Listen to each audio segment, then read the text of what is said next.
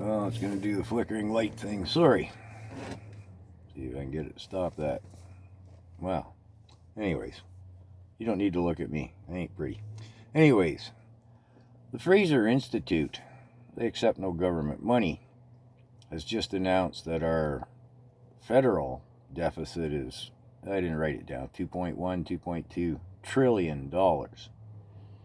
I don't know how they come to that figure, because I figure it was $3.5 trillion about 2 years ago.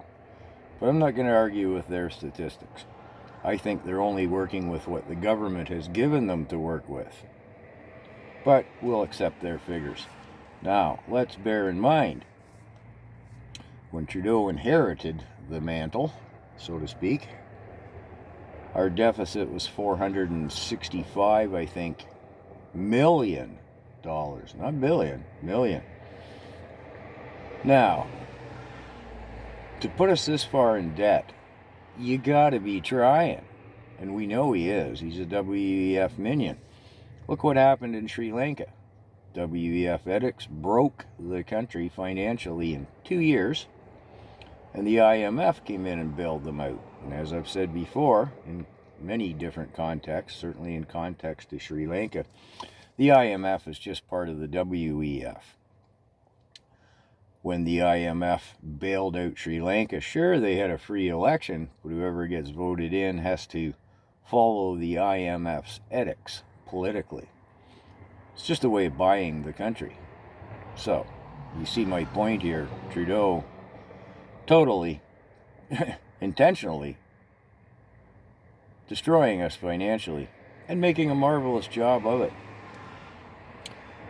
Oh yes, the WEF has its tentacles everywhere. And somebody's going to say in the comments, well, the WEF is a branch of, yes, well, they're all just one big party of the overlords, if you will. The self-proclaimed elitists, which truly we should just call parasites, which are leeching us dry financially, spiritually, morally, in every sense. Wow. So anyways, personally, when I go into the chart, how much money do you and I as citizens owe? No two charts are in concurrent. It varies from province to province. The one chart I see says the Albertan owes $47,000. Newfoundland Labrador's the highest at $60,000. So are they bringing provincial debt in on top of the federal debt to come to these numbers? Yeah, I didn't keep diving into it. But let's say it's $50,000 for the average Canadian. Well, that's everybody who's currently in the math, so to speak, respirating.